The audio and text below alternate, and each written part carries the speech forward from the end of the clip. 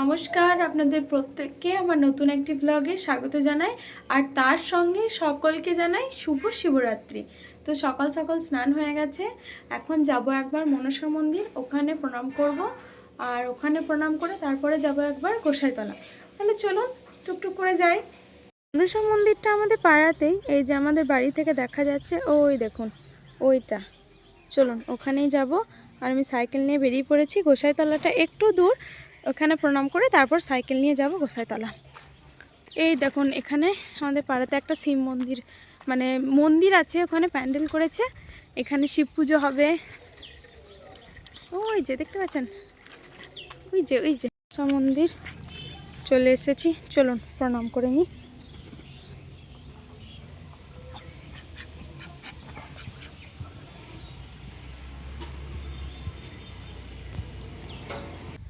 এই যেটি হচ্ছে আমাদের কুলদেবতা। প্রত্যেক বছর এখানে পয়লা মাঘ বড় করে মৎস্যব হয়, পুজো হয়। প্রত্যেক অমাবস্যাতে তো পুজো হয়, তারপর বড় পুজো যেটা হয় সেটা হচ্ছে প্রত্যেক বছর পয়লা মাঘ অনেক বড় করে মৎস্যব হয়, পুজো হয়।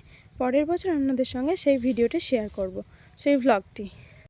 এটা হচ্ছে আমাদের গ্রামের বাইরের দিকটা, মানে এদিকে সেরকম খুব একটা জনবসতি বা ঘরবাড়ি আপনি দেখতে পাবেন না। এই দিকটা হচ্ছে ওই শুধুমাত্র চাষের জমি। প্রত্যেকের গ্রামে যারা বাস করে গ্রামবাসীদের প্রত্যেকের চাষের জমি হচ্ছে এই দিকটা। এই দেখছেন সব চাষ প্রায় কমপ্লিট হয়ে গেছে, ধান পোতা হয়ে গেছে। আর এইগুলো মনে হয় গম। এই যে এই দিকটা গম, ওই যে দূরে ট্রাক্টর চলছে, মনে হয় চাষ দিচ্ছে জমিতে কেউ।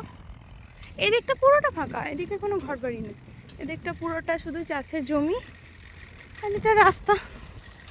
এই যে আমি আমার রয়্যাল এনফিল্ড নিয়ে যাচ্ছি। আমার এদিকে আসার কারণ হলো আজ তো শিবরাত্রি, একটাও গ্রামের ভিতরের আকন্দ গাছগুলোতে আকন্দ ফুল নেই। এবার এদিকটায় অনেক আকন্দ ফুল গাছ আছে, কিন্তু এদিকে তো মানুষজন সেরকম এতটা আসে না ফুল তুলতে। যেগুলো সামনে সামনে ছিল সেগুলো সব তুলে নিয়েছে। এবার এই দিকের গাছগুলোতে দেখি যদি দু চারটে ফুল পাই তাহলে নিয়ে যাব, ওই কারণেই আসা। এই রাস্তাটা আসতে ভীষণ ভালোও লাগে জানেন, যখন বর্ষার সময়, বর্ষার যখন চাষ চলে এত ভালো লাগে এদিকে আসতে। সব জমিগুলোতে একদম জল থই থই করে, তারপরে সবাই লাইন দিয়ে ধান পোতে চাষ করে, মাঠে নামতেও আমার তখন ভীষণ ভালো লাগে। এই যে এদিকটা সব কিছু কিছু জমি চাষ করেনি, বেশিরভাগ জনই পুঁতেছে। আর বর্ষার সময় তো কোনো জমি আপনি ফাঁকা দেখতে পাবেন না, প্রত্যেকটা জমি জলে থই থই করে। তারপর একটা মানে মাটির গন্ধ পাওয়া যায়, আকাশটা একটা অদ্ভুত রকম হয়ে থাকে, মানে আলাদাই লাগে দেখতে। আমার তো ভীষণ ভালো লাগে। এই দেখুন একটা আকন্দ গাছ পেয়েছি, হ্যাঁ আকন্দ ফুলও পেয়েছি। তো আমি তো আবার প্যাকেট আনিনি, ঠিক আছে খাঁচায় ভরে নিয়ে চলে যাব। যাক, আমি জানতাম এদিকটা পাওয়া যাবে, কারণ এদিকটা অতটা জনবসতি নেই তো, আর এই দিকটা এতটা কেউ আসেও না, ওই কারণে এইদিকে আকন্দ ফুলগুলো পাওয়া যাবে। একবার কি হয়েছিল জানেন, শ্রাবণ মাসে 4টে সোমবারিতে জল ঢালি, তো তখন একবার কি হয়েছিল, গোটা গ্রামের ওই দিকগুলো রবিবার থেকেই সমস্ত ফুল তখন তোলা হয়ে গেছে, রবিবার থেকেই। আর একটা ফুল আপনি পাবেন না। এবার খুঁজতে খুঁজতে খুঁজতে খুঁজতে ফুল তো লাগবে, ওই জন্য খুঁজতে খুঁজতে খুঁজতে খুঁজতে একবারে এই পর্যন্ত এসেছিলাম বাবা আর আমি। তারপর এখান থেকে ফুল তুলে নিয়ে গেলাম, অনেকটা পেয়েছিলাম। এখানেও এই গাছেও আছে অনেকটাই। আমার মার ভাইও বেরিয়েছে ফুল তুলতে, তারা আবার যে কোন দিকে গেল সেটা আমি বুঝতে পারছি না, তাদের তো দেখাও পাচ্ছি না। আসার কথা ছিল তো এই দেখি যে মন্দিরে আসবে, এই যে অমাবস্যা আছে মঙ্গলবারে, তো সেখানে অমাবস্যার পুজো হয়, আপনাদের তো বললাম যে ওখানে পুজো হয়।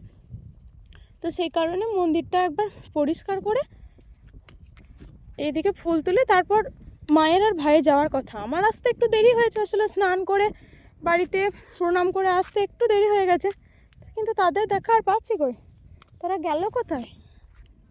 যাই হোক চলুন, আমি 2-4টে জটা পারি ফুল তুলে নিই, তারপরে আবার টুকটুক করে আজকে যাবো একবার রাক্ষসচর। জানেন তো আমাদের এখানে রাক্ষসচরের শিব মন্দিরটা অনেক পুরনো মন্দির, এইদিকে ওখানেই সবাই সাধারণত যায়, শ্রাবণ মাসেও যায়, তারপর শিব চতুর্দশীতেও যায়। তো আজকে রাতে আমরাও যাব ওখানেই। কেউ তুলে কিছু কিছু মনে হচ্ছে ভেঙে তুলে নিয়ে গেছে জানেন। কিন্তু আমার আর বাকি দুজন ফ্যামিলি মেম্বার কোথায় গেল সেইটা নিয়ে আমি খুব চিন্তিত। কোথায় গেল তারা? আর ধুতরা ফুল তো একটাও পাইনি। একটা আমাদের বড় মাদের গাছে একটা ফুটেছিল, বড় মা সকালবেলাতে তুলে দিয়ে গেছে ধুতরা ফুল। ওই দিকটারও ফুটেছে, কিন্তু ওই দিকটাতে যাব। পরিষ্কার আছে? হ্যাঁ পরিষ্কারই আছে।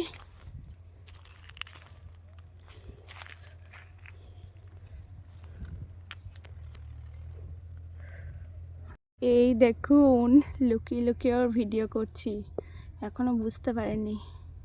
বুঝতে পারলে রেগে আমাকে এসে কামড়ে দেবে। দেখতে দারুণ লাগছে দেখতে। এখানে এই গাছটাতে যা ছিল মোটামুটি ফুল তুলে নিয়েছি।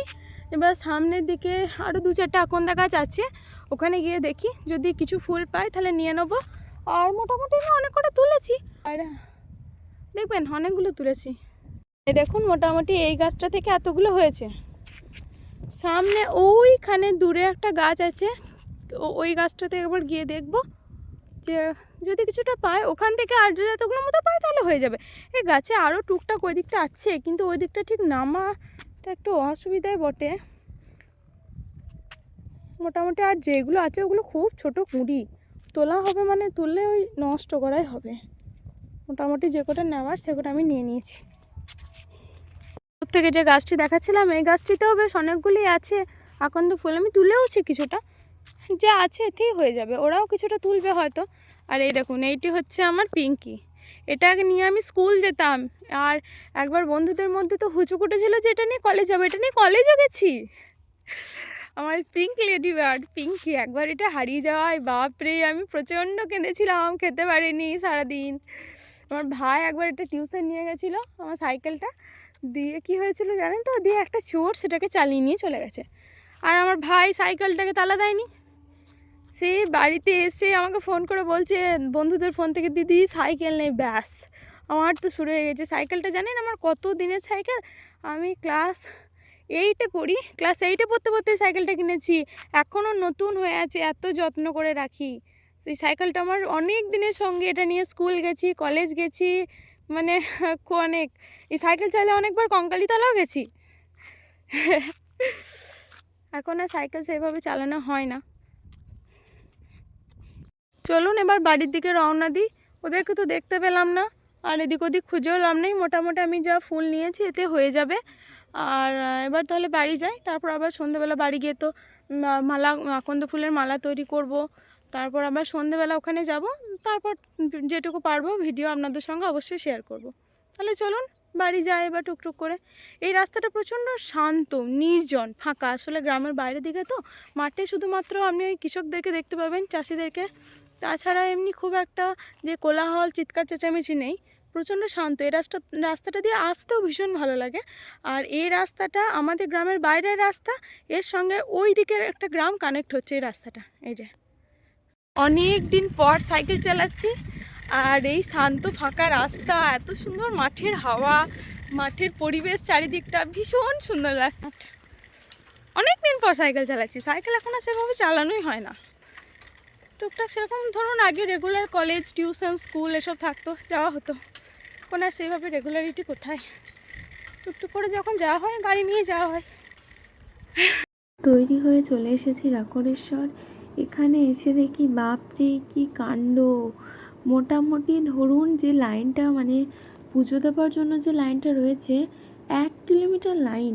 লাইনে দাঁড়িয়ে পুজো দিতে গেলে প্রায় 12টা বেজে যেত, কিন্তু মহাদেবের কৃপা ছাড়া তো এটা কখনোই সম্ভব নয়। মহাদেবের এত কৃপা, মানে ওখানে গিয়ে একবার ঠাকুরকে দর্শন করব বলে দরজার কাছে দাঁড়িয়েছি, টুক করে আপনি বললে বিশ্বাস করবেন না, কি করে ঢুকেই পুজো দেওয়া হয়ে গেল। মানে এত তাড়াতাড়ি গিয়ে 1 মিনিট দাঁড়াতে হয়নি, একটু মন্দিরে প্রণাম করেছি, পাশে দাঁড়িয়েছি, সামনে গিয়ে পুজো দেওয়া হয়ে গেল।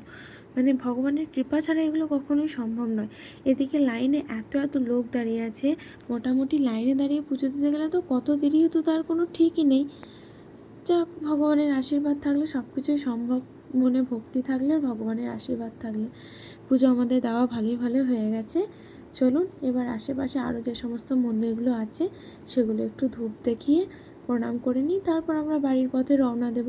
আসলে মানে ভগবানের যদি কৃপা থাকে তাহলে সব কিছুই সম্ভব। কথাটা বলছি বারবার এই কারণেই বলছি, মানে এসে এইভাবে পুজো দেওয়া হবে আমি কখনো ভাবতে পারিনি। আমি যখন এলাম, এসে লাইনটা দেখলাম, আমি তো বাবাকে বলছি যে দেখো আমাদের বাড়ি যেতে 12টা বাজবে, হয়তো আজকে আর বাড়ি যেতে পারবো না, পুজো দিয়ে এখানেই থাকতে হবে, ভোরে বেরোতে হবে। এত ভিড়, বাপরে চরম ভিড়, বাপরে ওই লাইনে দাঁড়িয়ে পুজো দেওয়াটা সাংঘাতিকই ব্যাপার। ওইদিকে গিয়ে টুক করে ঢুকে পুজো দেওয়া হয়ে গেল, তাই প্রচণ্ড ভিড়। পুজো দেওয়া ভালোই হয়ে গেল, ভালোই হলো। করছে আপনাদের প্রত্যেকের শিবরাত্রি খুব ভালো কেটেছে, মহাদেবের কৃপায় আপনারা প্রত্যেকে ভালো থাকুন, সুস্থ থাকুন। আজকের ভিডিওটা এখানেই শেষ করছি, দেখা হবে নেক্সট কোনো ভিডিওতে।